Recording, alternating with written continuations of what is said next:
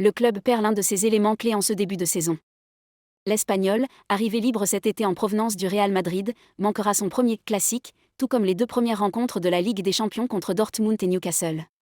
Marco Asensio, de retour à Paris après les qualifications pour l'Euro 2024, revient blessé au pied et devrait être indisponible un peu plus longtemps que prévu.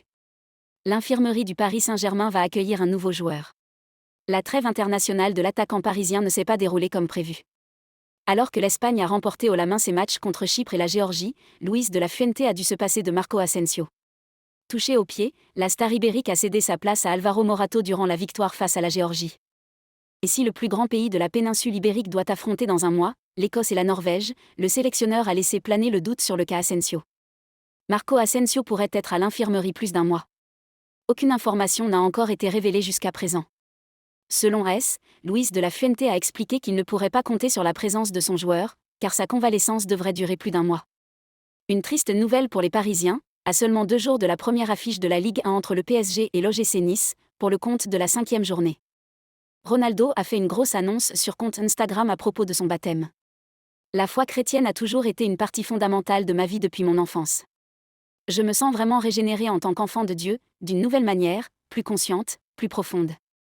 La nouvelle sortie lunaire de Luis Rubial à propos du baiser forcé. Aurais-je eu le même geste en cas de victoire de l'équipe masculine ? N'ayez aucun doute, à 100%. En fait, il y a eu un baiser sur la bouche avec l'entraîneur Roré Vilda qui n'est pas sorti ou a été très peu vu.